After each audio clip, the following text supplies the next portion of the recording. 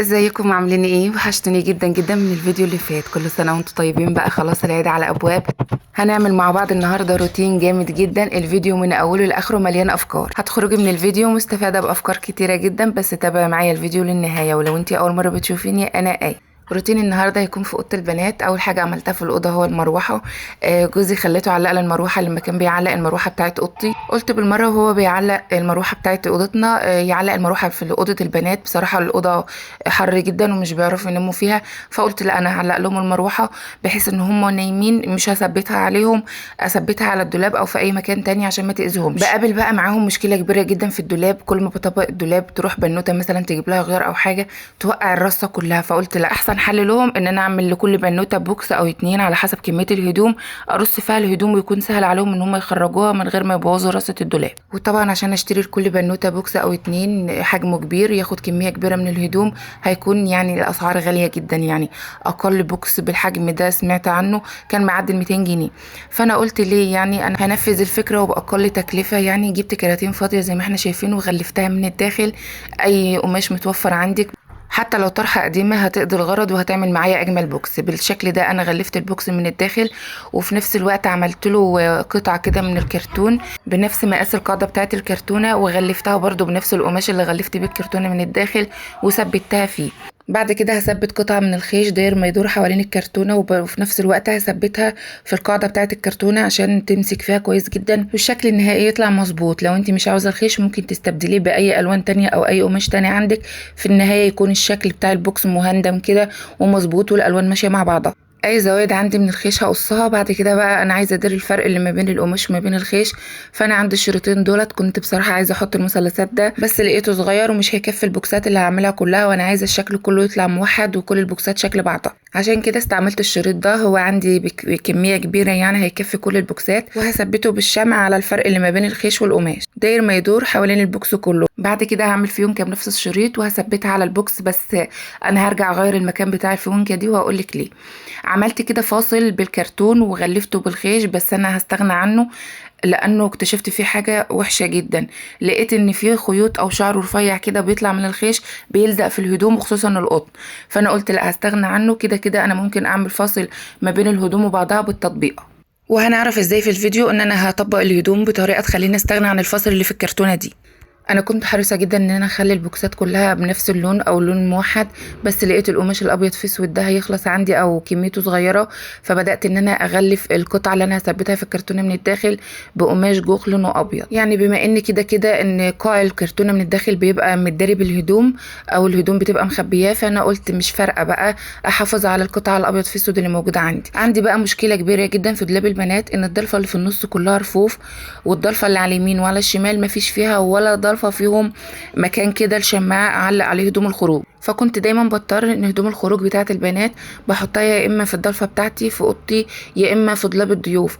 فكل ما كنت اقول لجوزي انا عاوزه احل المشكله دي، عايزه نجار، كان يقول لي حاضر النهارده بكره، المهم انا اتصرف. يوم ما كنت عند اختي برص لها النيش لقيت عندها القطعتين الخشب دولت هي فكتهم من الدولاب، كانت بتزود رف فمش محتاجاهم. فانا جت في بالي الفكره ان انا اخدهم واستغلهم واعملهم في الدولاب واحل المشكله بتاعه هدوم الخروج دي. وانا راجعه بقى حاولت على الموان، جبت الغيره وجبت كمان المسامير الشيش دي. بصراحه كنت عاوزه عبوه اصغر من دي بس ما لقيتش عندي. تحت بيتنا ورشه بقى، استلفت الشاكوش بتاعهم وغلفته كده عشان يعني هيبوظ الدنيا شحم وكده. المهم بدات ان انا اخرج المسامير اللي كانت في القطعتين الخشب دول. هبدا ان انا ابلهم في الغيره ديت وهلزقهم في الدولاب. هو المفروض ان دهنه بسيطه بتكفي، بس انا كترت في الغيره، بس الزيادات دي كلها همسحها وهظبط الدنيا. هبدا ان انا اخد مقاس الشماعه كده بحيث ان الشماعه تكون مظبوطه والباب بتاع الدولاب يفتح ويقفل. بعد كده هلزق القطعه الخشب دي، باخد المقاسات عشان يكونوا الاتنين قصد بعض بالظبط، عشان الماسوره بتاعت اللي هعلق عليها الشماعات تكون مظبوطه وما تكونش مميله كده بناحيه او يكون المقاس مش مظبوط. بعد كده اخدت عرض الدولاب طلع 64 سم ونص، وخدت مقاس الماسوره. هبدا ان انا اقطع الماسوره على قد عرض الدولاب. بعد ما المقاسات طلعت مظبوطه وطلع القطعتين قصاد بعض بالظبط، هدق مسمار واحد بس في كل واحده فيهم واجرب الماسوره اشوفها هتظبط ولا لا. لقيتها ظابطه وكويسه جدا. هبدا ازود بقى في المسامير عشان يعني تشيل حمل اكتر من الهدوم وما تتكسرش معايا بسهوله. فايدة الغيرة هنا ان هي مادة لاصقة زيادة مع المسامير، وكمان بتديكي فرصة ان انت تظبطي المقاسات براحتك وتظبطي كده القطعتين قصاد بعض، على عكس المسمار لو دقتيه هيكون صعب ان انت تخرجيه لو طلعت المسافات مش مظبوطة. ثبت 5 6 مسامير كده وبقت جامدة حديد ما شاء الله، يعني بشد فيها صعب جدا انها تتحرك من مكان. الناحية التانية برضو هثبتها بالمسامير، بس طبعا نجار لسه يعني اي كلام كده على قدي، فالمسامير اغلبها كان بينتني مني كده، بس كنت بحاول على قد ما اقدر ان انا اظبط الدنيا. عاوزه اقولك ان انا بعد ما خلصت وثبتها كده حاسه ان انا فخوره بنفسي ان انا عملت حاجه بقاله شهور بزين انها تتعمل، وحاجه يعني مسببه لي مشكله بقالها سنين طويله جدا. كنت مفكره انها مشكله حلها صعب ومحتاجه بقى نجار وكلام من ده، بس طلعت حاجه سهله جدا. يعني انا مبسوطه ان انا عملتها. وخلاص بقى من هنا ورايح هدوم الخروج هتتعلق في الدولاب بتاعهم. البليزرات دي هي مش صيفي، بس فايدتها بقى ان احنا لو سهرانين بره مثلا في مكان مفتوح زي مصيف مثلا او حاجه بالليل، احيانا البنوته تقول لي ماما انا بردانه، فبيبقى البليزرات دي انا معلقاها عندي خارجه او حاجه، كل واحده بتاخد البليزر بتاعها على دراعها. هما يعني ما شاء الله توأم، فاغلب اللبس شكل بعض، لان بيبقى في خناقات عندي على اللبس، فانا بريح دماغي وبوحد لهم اللبس احيانا. خلاص انتهينا من موضوع الهدوم الخروج، نرجع بقى لللبس البيتي.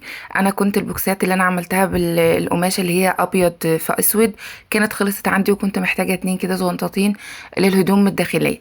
فكان عندي القماشه المستردة دي لونها مستردة كده في منقطه في ابيض، فعملت بيها البوكسات الصغيره. وكمان البوكسات الكبيره ما كفتش يعني الهدوم، فاحتجت ان انا اعمل واحد كمان كبير مع بنفس القماشه دي مع الاثنين الصغيرين بنفس الشريط برضو اللي داريت بيه الفاصل بتاع الخيش والقماش الابيض، هعمله برضو بنفس الطريقه على الخيش والقماش الاصفر ده. هبدا بقى كل طقم يعني كل تيشيرت بالشورت بتاعه او البنطلون بتاعه اطبقهم في قلب بعض كده، وحريصه جدا ان انا اخلي الرسمه اللي موجوده على التيشيرت تكون ظاهره وباينه كده من البوكس، في نفس الوقت بتدي منظر كويس جدا للهدوم وهي مرصوصه جنب بعضها كده، كل تيشيرت منه خارج الرسمه بتاعته. وفي نفس الوقت برضو انا موضحه للبنوته الطقم ده هو انهي طقم يعني في الهدوم، بحيث ان هي لو محتاجاه تخرجه.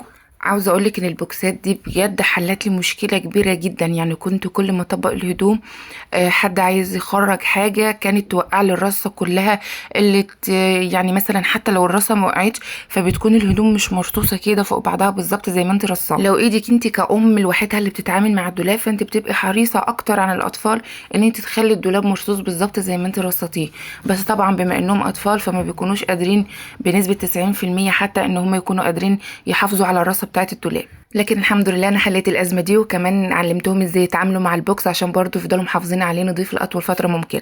بصي بقى انا في حاجه غريبه عن الناس كلها، انا بحب اشوف الخضره والزرع واللون الاخضر في كل مكان بروحه في البيت. والله لو قلت لك انا بحط فازات الورد فين في البيت هتضحكي عليا. يعني ممكن احطها في التلاجة، ممكن في مطبقه الاطباق، يعني المهم ان انا كل مكان افتحه احس ان الطاقه السلبيه اللي جوايا خرجت، وكمان في نفس الوقت بيديني ايحاء ان انا افضل محافظه على المكان بالنظافه. انا كست بيت بعمل اللي يريحني ويحسسني بالطاقه الايجابيه كده في البيت، طالما مش باذي باقي افراد الاسره بحاجه وبعمل حاجه اللي تريحني فخلاص ليه ما اعملهاش. يعني مش فارق معايا بقى حد يتريق عليا، حد يقول ايه ده شلال زرع في الدولاب، ايه ده فازه ورد في التلاجة، لا انا مش فارق معايا حد، انا طالما مش باذي حد فانا خلاص هعمل اللي يريحني. كل ست بيت بتزين دولابها او نيشها او تلاجتها بالطريقه اللي تريحها، وانا مريحني شلال الورد او شلال الزرع في الدولاب. واللي يتريق بقى، بس هو حد فيكم يتريق عليا في الكومنتات. بس بصراحه شكل الدولاب اختلف جدا بالبوكسات دي، يعني يا ريتني عملتها من زمان، ندمت جدا، وخصوصا ان انا علمت البنات ازاي يتعاملوا معاه، فيعني بقى خروج الهدوم سهل عليهم، وكمان في نفس الوقت محافظ على ترتيب الهدوم.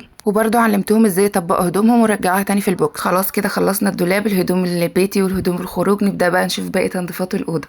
هجيب ملمع الزجاج ده وهمسح كده الشباك بتاعي من بره ومن جوه، وكمان همسح المجرى بتاع الالمونتال. هجيب بقى طبق في شويه ميه كده وبعد كده شويه فيلفيتا وهبل فيها الغيار بتاع المساحه اللي هنمسح. المساحه دي بصراحه بتنقذني، يعني بتمسح لي السقف وكمان الحوائط، الاماكن المرتفعه اللي مش بعرف اجيبها بدراعي بعرف ان انا اجيبها بالمساحه دي. هي اتكسرت مني للاسف، يعني ان شاء الله بقى قلت لكم بقى في الفيديو اللي فات ان انا هحوش العيديه وهجيب لي واحده بالجردل بتاعها. انا قاعده اصلب فيها كده لحد ما تخلص معايا تنظيفات العيد دي، لاني بصراحه هحتار من غيرها، يعني مش عارفه انضف السقف ازاي ولا هنضف الاماكن المرتفعه دي ازاي. الدراع بتاعها ساب من بعضه، بس يلا يعني ماشي حالها كده لحد ما اخلص ان شاء الله. هجيب بقى السقف والمنطقه اللي هي ورا الدولاب وكمان المنطقه اللي فوق الدولاب دي والعمود كده من فوق وكل الاماكن المرتفعه دي برضو فوق التسريحه.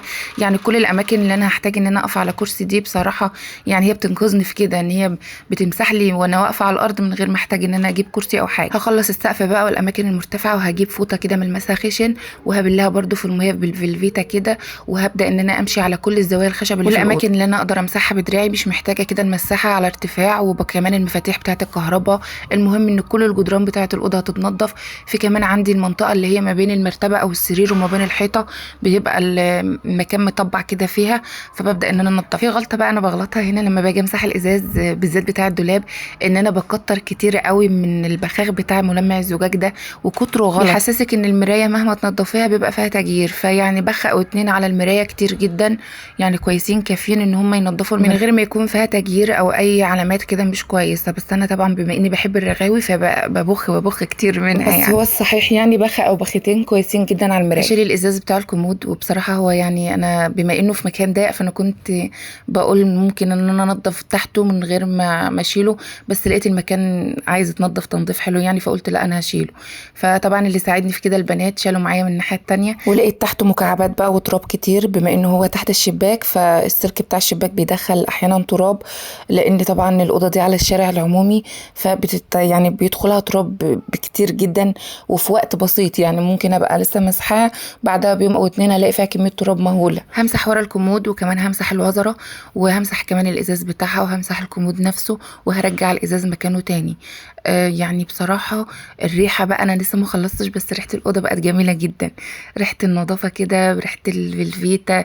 الاوضه تحس انها بتتنفس نظافه كده. اكتر حاجه بتضايقني دايما ان انا كل ما بفتح الشباك مجرد ما بنضفه كده من بره ومن جوه لازم بيدخل دبانتين 3 كده يفضلوا منكدين عليا طول اليوم لحد ما ارشهم. مش هسيبهم برضو، لازم انكد عليهم زي ما بينكدوا عليا. همسك السراير بقى امسحهم، وكمان التسريحه بتاعه البنات هرش من ملمع الزجاج على الازاز بتاعها وهنضفها كده كويس جدا. وكمان الاخشاب بتاعتها برش منها بملمع الخشب على الخشب. هنقلها كمان من مكانها وهمسح وراها وهمسح كمان الوزره كويس وهمسح كمان تحت التسريحه قبل ما ارجعها مكانها. السجاد بتاع الاوضه دي انا كنت غسلاه، يعني اتغسل كويس جدا ونشفته كمان، بس انا ما صورتش معاكم الخطوه دي عشان وقت الفيديو ما يكونش طويل عليكم. انا لما رفعت الكومود على السرير المساحه عندي ما بين السراير بقت فاضيه، فبقى عندي امكانيه ان انا احرك السرير من اماكنها وكمان امسح وراها. بس انا ما كنتش حركت المكان ده، السرير من الناحيه دي حركته كده، يعني سهل عليا ان انا حتى احركه لو انا حطيت الكومود. فبعد ما رجعته مكانه مسحت على يمين السرير اللي انا بفرشه ده. السراير بتاعت اوضه الاطفال ببقى حريصه جدا ان انا اثبت الملايه بتاعتها. فالملايه انا هثبتها بطريقه انا مش قادره اشرحها في الكلام، يعني مش عارفه اوصلها، بس هي اكيد واضحه في الفيديو. الطريقه دي كويسه جدا بتحافظ على الملايه ان هم حتى لو هم نايمين مهما يتقلبوا مهما يتنططوا على السرير الملايه بتفضل ثابته الى حد ما. ومن ناحيه تانية برضو شكل الملايه حلو جدا وهي مفروشه على السرير بالطريقه انا هعملها تاني عشان لو ما خدتش بالك في اول مره. هي الطريقه سهله جدا وشرحه نفسها في الفيديو. انا مش هغسل الكفرات ولا هعقم المراتب لان انا كنت غسلاهم قريب ومعقمه المراتب، فمش هحتاج ان انا اعمل الخطوه دي. ولو انت عاوزه الطريقه بتاعه تعقيم المراتب هسيب لك الفيديو بتاعها في صندوق الوصف بتاع الفيديو ده. اول ما ببدا افكر ان انا خلاص هجيب الملايات ايه او هفرش ايه بحس بقى ان انا خلاص انجزت وخلصت، يعني بحس ان التقيل كله خلص، كل اللي فاضل بقى يعني فرش نهائي كده. يعني الحمد لله في الوقت ده انا كنت خلاص بدات كده احس بالتعب والاجهاد، بس خلاص يعني في التشاطيب بقى. في الاول انا رشيت الدبان قبل ما افرش السجاد وكنست كنسه سريعه كده مكان الدبان اللي وقع لما مات، وبعد كده هبدا ان انا افرش السجاد. وعشان انا بفرشه لوحدي فكان صعب عليا، اخدت طبعا وقت يعني عشان ارفع التسريحه ارفع السرير من الناحيه دي، فاخدت وقت وانا بفرشه لوحدي. طبعا البنات مش هيعرفوا يساعدوني في الخطوه دي، بس الحمد لله عدت وخلاص خلصت. كل اللي فاضل برضو فرش ديكورات كده، والمفارش انا هفرشها بقى لاني خلاص مفيش وقت ان انا اضيعه، العيد خلاص على الابواب. فانا قلت هفرش الاوضه كلها بسجادها بمفروشاتها باكسسواراتها بكل حاجه عشان ابقى خلصت منها. الطقم ده انا جايباهم 3 كده طقم مع بعضهم، انا مش عارفه هو اسمه ايه بس هو زي قفص كده او سبت، لقيت لونه نحاسي كده ماشي مع لون الاوضه وديكورات الاوضه ولونهم نفس لون العفش، فقلت خلاص هو هيبقى كويس هنا. يعني طبعا بما ان البنات بيحبوا شلال الزرع فقلت انا هحطه هنا على العمود ده ببديل المسمار ده وهحط فيه شلال الزرع. بديل المسمار ده جميل جدا، يعني بيغنيك عن ان انت تعملي فتحات او خروم في الحيطه، وكمان المكان ده يعني عمود مش هينفع ان انا اعمل فتحات فيه بالشنيور، مش هيمشي فيه. فبديل المسمار انقذني بصراحه. يعني انا كنت شاريهم 10 في كيس ب70 جنيه، يعني المسمار فيهم واقف ب7 جنيه، مش خساره فيه بصراحه. هو كويس ومناسب جدا للديكورات الخفيفه كده، انما لو حاجه تقيله مش هيشيل. الحافظ ده كنت عملته معاكم في فيديو قبل كده، انا عاملاه لفرش الشعر وكمان للزيت والكريم. انا كنت هحطهم في الدرج بس رجعت تاني غيرت رايي وقلت لا، انا هجيب الصينيه الخوص ديت وهحط فيها كل الكريمات وكمان فرش الشعر والتوك والحاجات اللي بستخدمها يوميا، عشان يعني امنع فتح وقفل الدرج كل شويه طول النهار. طبعا بيسرحوا في اليوم كذا مره، بياخدوا دش كده، فقلت اخليهم على التسريحه اسرع واوفر، يعني عشان امنع فتح الدرج كل شويه واقفله في التسريحه. كمان الصينيه الخوص دي ماشيه مع لون المفارش وكمان لون العفش، فشكلها جميل جدا. حطت لهم كمان الفازات الصغنططه دي على يمين التسريحه وكمان على شمالها، يعني عملت لهم الاوضه جنينه. كان في خلاف بينا بقى على الكومود اللي هو ما بين السراير وبعضها. بصراحه الاباجوره بتاعتهم اتكسرت، فهم عاوزين البنوته الحلوه المرموش دي، وانا قلت لهم لا سيبوها، انا بشوف لها مكان. هنحط الفازه الصغنطوطه دي، هنحط الكوشنز بقى لنفس لون الستاير وكمان لونها ماشي مع لون الكابوتوني بتاع السرير. بحاول اخلي الديكور على قد ما اقدر ماشي كله مع بعضه، وتكون الالوان متناسقه على قد ما اقدر يعني في الاوضه، من غير ما احس بزحمه او الوان كتير موجوده في الاوضه. لحد هنا انا كنت خلصت كل حاجه في الاوضه، مش فاضل بس غير ان انا اعطرها.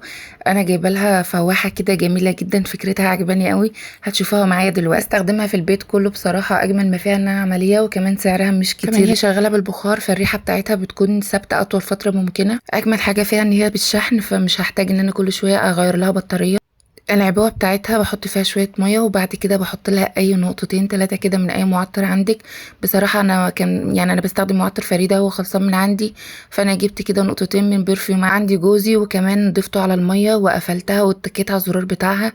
ملا الدنيا بخار والبخار خارج نفس ريحه البرفيوم بتاع جوزي. ويعني حاجه غريبه جدا ان هو يعني بيخليه ثابت لاطول فتره ممكنه. ازاي مش عارفه، يعني بيخلي ريحه البرفيوم ثابته في الملايات في الاوضه فتره طويله جدا. اي مكان هيوصلوا من البخار ده في اي نوع برفيوم او اي نوع معطر انت بتستخدميه، هيخليه حتى لو هو نوع مش كويس او نوع رديء، البخار هيخليه ثابت فتره طويله جدا في المكان. عشان كده انا بحب دايما استخدمها في الاوضه كده بعد ما بخلص شغل فيها، امشيها كده على الملايات وكمان على المفروشات، بتخلي الريحه جميله والريحه بتفضل ثابته في المكان 3 4 ايام. سعرها كان 70 جنيه، يعني مش غاليه جدا على المميزات بتاعتها. لحد هنا انا كنت وصلت لاخر الفيديو.